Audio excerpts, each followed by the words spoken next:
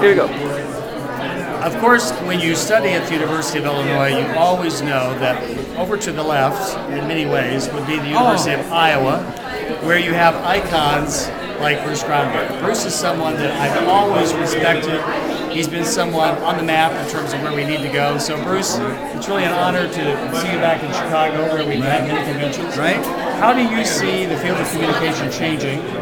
Where do you see it going after this transformational election in 2008? Well, that's what I've been writing about this year. Even an old dog has to learn new tricks. And so I've been writing more and more and doing public presentations on the place and role of multiple roles of the web in the 2007-2008 campaign. And for me, it's both years because it's through that pre-primary season where all of the different candidates learned not only what they usually learn in that period, their themes, what issues they want to do, but they learned to use the new technologies and figured out what kind of use you can make of them. How you can use the demographic technologies to learn more about voters and how they're situated, how they think, where they are, and how to hook them together across the country. But then the various kinds of new technology uses of the new media as well.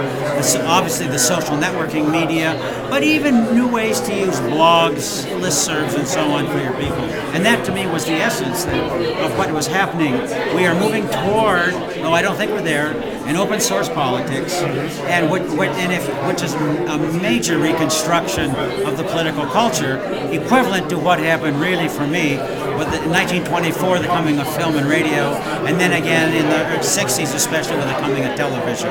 This is one more shift from candidate-centered to media-centered, now to voter-centered and participant-centered kinds of politics, and it's phenomenally exciting. So you would say that, I remember many people, of course, at C. Wright Mills when he was talking about public communication sort of from the ground up.